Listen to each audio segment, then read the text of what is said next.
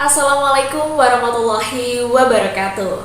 Alhamdulillahirabbil alamin. Allahumma sholli ala sayyidina Muhammadin wa ala alihi wa sahbihi ajmain. Amma ba'du. Halo teman-teman, senang sekali rasanya saya Azahra Nuril Firdaus bisa kembali menyapa teman-teman melalui channel YouTube Pemuda Pencerah Islam. Bagaimana nih kabarnya teman-teman? Semoga kita semua selalu dalam keadaan sehat dan bahagia ya. Amin ya rabbal alamin. By the way, gak terasa ya teman-teman, sebentar lagi kita akan menyambut datangnya Idul Fitri di bulan Syawal, bulan kemenangan bagi umat Islam. Nah, di momen Idul Fitri atau yang lebih kita kenal dengan momen Lebaran, ada satu tradisi yang kental dilakukan oleh masyarakat Indonesia, khususnya oleh masyarakat Jawa, yakni tradisi sungkeman.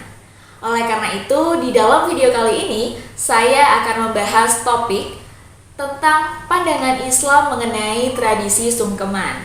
Topik ini bersumber dari Jurnal Kajian Islam Al-Kamal, volume 2, nomor 2 tahun 2022, dengan judul Tradisi Sungkeman sebagai Kearifan Lokal dalam Membangun Budaya Islam, yang ditulis oleh Jamal Ghofir dan Muhammad Abdul Jabbar.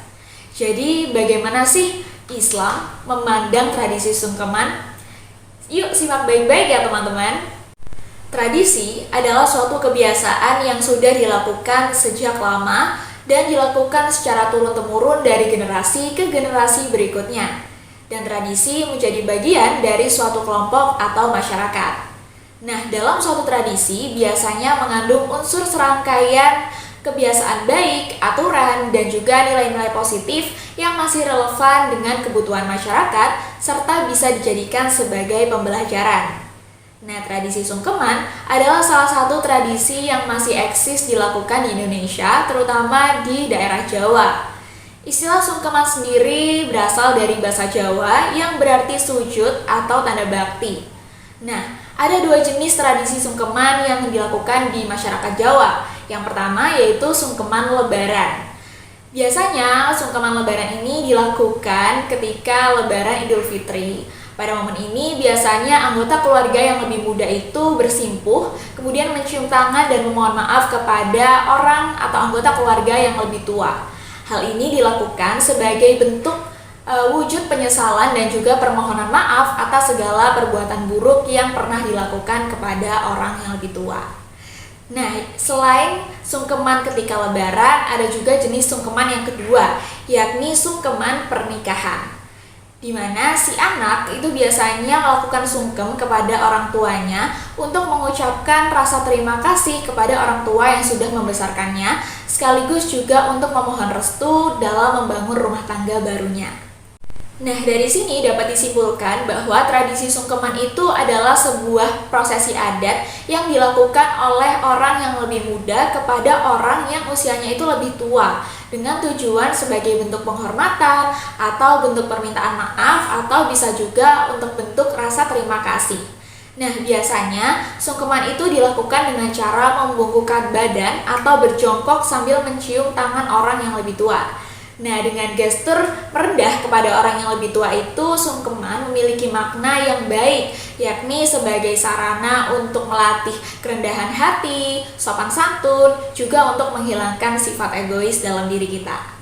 Ada berbagai pendapat mengenai bagaimana Islam itu memandang dan menyikapi adanya tradisi sungkeman ini.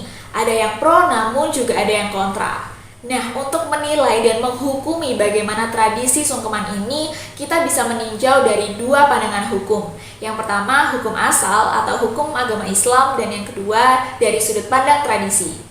Nah, dilihat dari sudut pandang hukum asal atau hukum agama Islam, tradisi sungkeman itu tidak dilarang ataupun tidak bertentangan dengan syariat agama selama dalam pelaksanaannya tidak berlebihan dan juga tidak menyerupai gerakan sholat yang memuji dan menyembah Allah. Posisi sungkeman adalah ekspresi memuliakan orang yang lebih tua, yang mana di dalam Al-Quran sendiri juga sudah disebutkan dan dijelaskan pada surah Al-Baqarah ayat 34 yang artinya berbunyi, bersujudlah kamu kepada Adam. Maka mereka semua pun bersujud kecuali iblis. Hal ini menunjukkan bahwa dalam agama sendiri makna sungkeman atau bersujud itu bukan diartikan sebagai menyembah, tetapi sebagai bentuk penghormatan kepada orang yang lebih tua atau orang yang lebih mulia. Sedangkan jika dilihat dari sudut pandang tradisi sungkeman adalah tradisi nenek moyang yang harus dan perlu kita lestarikan. Sebab Islam mengajarkan umatnya untuk selalu merawat tradisi selama tidak bertentangan dengan agama. Hal ini sebagaimana hadis riwayat Tirmidzi, Nabi SAW bersabda, "Berbudilah dengan akhlak yang baik kepada manusia." Dan saat ditanya apa yang dimaksud dengan akhlak atau etika yang baik, Sayyidina Ali mengatakan, beretika yang baik adalah mengikuti tradisi dalam segala hal selama bukan kemaksiatan. Wallahu a'lam bishawab. Jadi kesimpulannya, tradisi sungkeman itu bukan merupakan tradisi yang haram. Bahkan, menjaga tradisi tersebut merupakan bentuk pengamalan dari sabda Nabi SAW tentang anjuran beretika yang baik kepada sesama. Sungkeman bukan berarti menyembah selain Allah, tetapi justru menunjukkan perilaku yang mulia seperti penghormatan, permohonan maaf, dan juga bentuk rasa terima kasih kepada orang yang lebih tua. Oleh karena itu, tradisi sungkeman harus terus dilestarikan dan diharapkan adanya tradisi sungkeman ini juga bisa mengobati rasa sakit hati serta memulihkan rasa percaya dan hubungan yang telah rusak. Jadi tidak ada salahnya sebenarnya apabila kita ingin melakukan tradisi sungkeman ketika Lebaran Idul Fitri nanti. Oke, cukup sekian video kali ini, kurang lebihnya saya mohon maaf. Semoga apa yang saya sampaikan dalam video kali ini bisa bermanfaat bagi kita semua.